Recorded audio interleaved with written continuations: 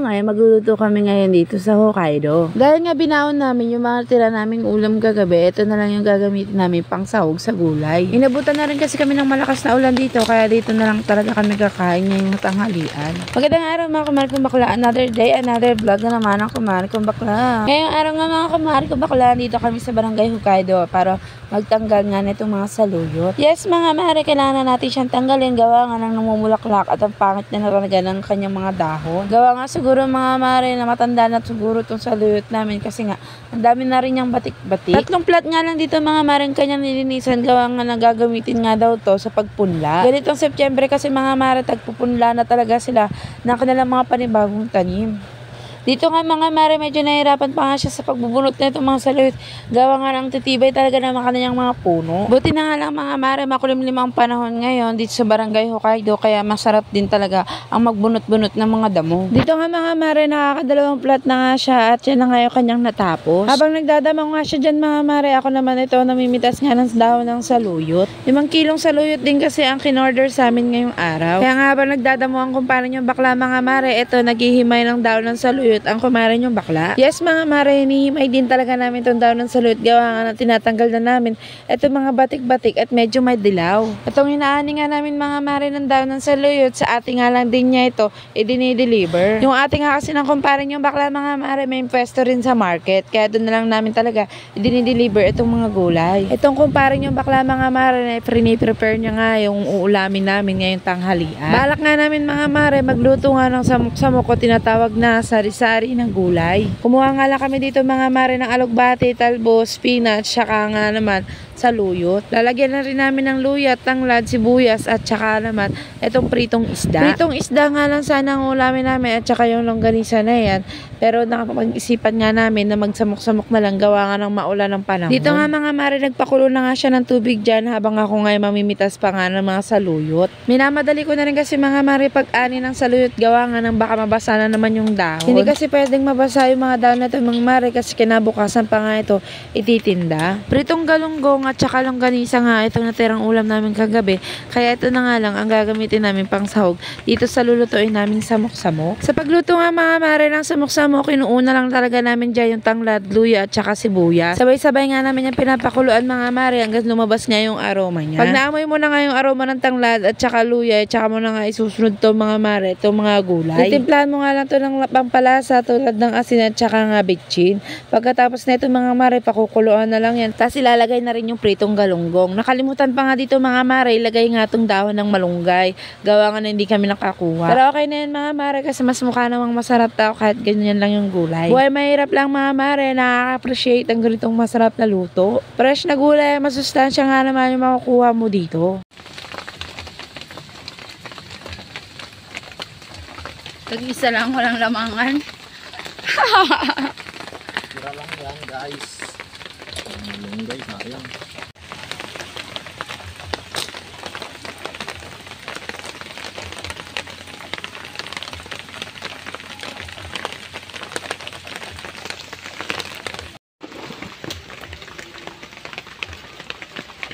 Punta na kami ng ulan dito sa ating kubo. Kaya na-stop yung aming ani, pero tutuloy namin ulit ito mamaya. So yan, malakas yung ulan yan mga mare. Kaya lang, di siya masyadong malakas dito kasi gawa nga nung nasa ilalim kami ng puno. Pero pag nasa labas ka, yan, ang lakas.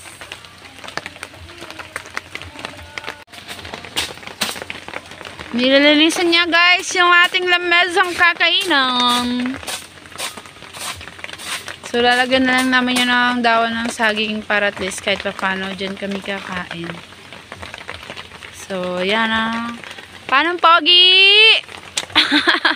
Eh! Kuha siya dahon saging. Ang salary ng dahon saging. Ay video ka, yari ka kay Papa. Sorry na. So, ayan ang aming mesa. Ng aming pagkakainan. So, dalawa lang kami dito, kaya dito kami kakain. Kain na kami guys. Ito ang aming kanin. So, ayan, ulam namin ang ating samok-samok for today's. Lakanang mga gulay guys. Rapsa.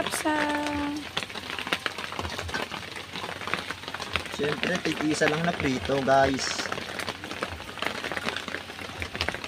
Lagyan mo sili yan. Isaan natin ng sili yan, guys. Kuha pa ako, guys. Suka, walang suka. Suka. Ay, inasiman. Toyo. So, dito guys, kukuha yan siya sa siling labuyo. Ayan. Siyempre, di kami makakain ng walang manghang. Baba muna natin ang mga kanin.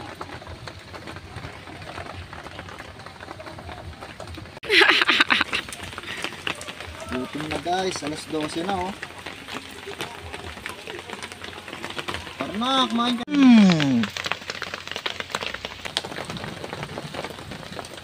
Guys. Kain tayo. Wow,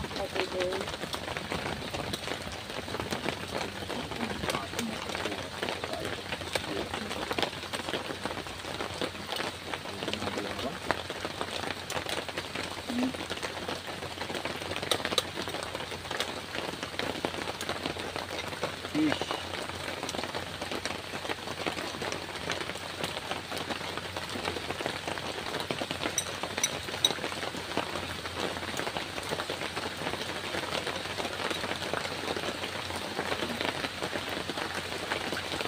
Da. Sarap. Sarap, mga kariwang gulay.